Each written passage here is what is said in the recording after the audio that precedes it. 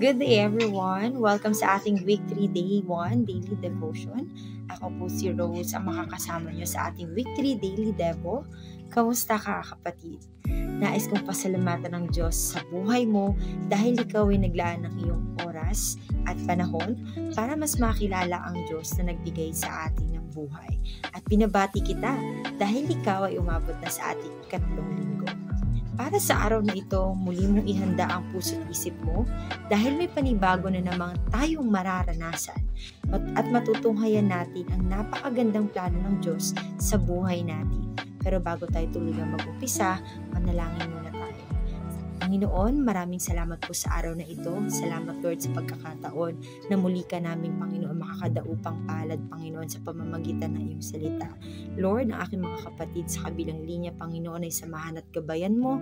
Ingatan mo kami Panginoon at Lord, dalangin namin na buksan mo ang aming puso at isipan nang sa gayon maintindihan namin kung ano ang nais mong maiparating sa amin. Pinupuri ka namin, sinasamba ka namin, niluluwalhati ka namin sa pangalan ni Jesus.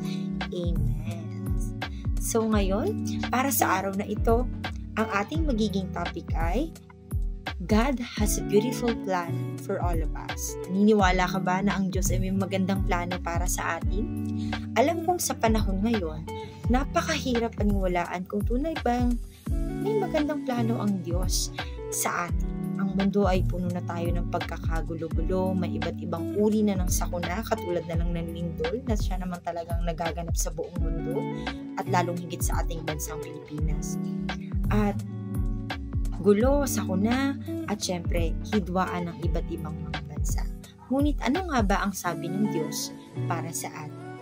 According sa Jeremiah 29:11, "For I know the plans I have for you, declares the Lord. Plans to prosper you and not to harm you. Plans to give you hope and a future." Anumang sitwasyon ang kinabibilangan natin ngayon ay may nakukubling napakagandang plano ang Diyos para sa atin. At ito pa ang sabi niya sa pangako niya. Nakasaad naman ito sa Psalms 33 verse 11. "The plans of the Lord stand firm forever, the purpose of His heart through all generation." See, God has a beautiful plan for all of us. At isa sa pinakamagandang blessing na natanggap natin mula sa kanyang mga salita ay ang pag-asa at kapayapaan na nilalatag ng Panginoon sa atin sa kabila ng ating mga kasalukuyang sitwasyon. Nauunawaan ko kayo. Kaya kapatid, kung nais nating makamtan ang plano ng Lord para sa atin, katulad nila David, Moises, Abraham at kung mga disipulo ni Kristo, meron tayong mga kailangan dapat gawin. Una, trust Him completely. Diyos ang nangako sa atin at hindi siya sinungaling. Kailanman ang Panginoon ay nangangako ng mga iba't ibang pangako at ito ay natutupad ng naaayon sa kanyang takdang plano or panahon. Ikalawa, accept His ways. Tanggapin natin ang kaparaanan ng Diyos at ito ay makakabuti sa atin. Alam ko madalas mahirap dahil masakit, ito ay mahirap tanggapin yung kanyang mga kaparaanan. Ngunit sabi dito, kung para makuha natin ang kanyang magandang plano, kailangan natin tanggapin ang kanyang kaparaanan. At pangatlo, surrender all to Him. Ang pagtatamo ng kanyang magandang plano ay may katumbas na pagsuko. Ano yung kailangan natin isuko? Kung ano yung nais at gusto natin personal. So, ibig sabihin, para makamtan natin yung magandang plano ng Diyos sa atin, kailangan natin una, pagkatiwalaan siya. Pangalawa, tanggapin ang kanyang kaparaanan. Pangatlo, ay isuko sa kanya kung ano ang nais at gusto mo.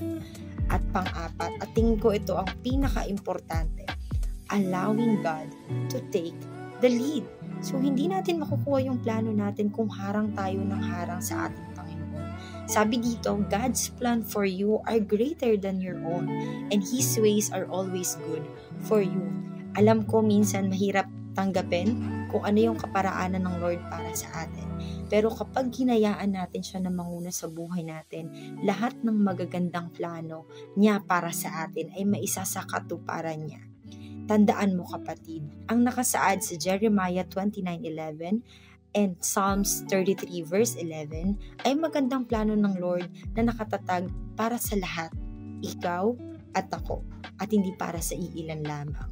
Muli tayong manalangin para sa ating pagtatapos. Panginoon, maraming salamat sa iyong salita.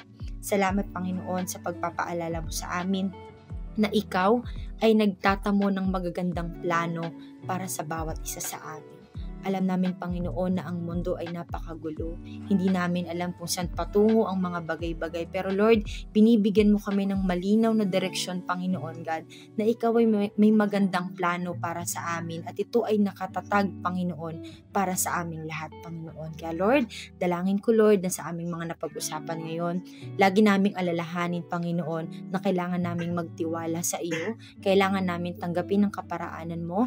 Kailangan naming isuko ang mga nais namin para matupad ang nais mo, at lalong higit, Panginoon, hayaan ka namin pangunahan ng buhay, Panginoon, na ikaw ang nagkaloob.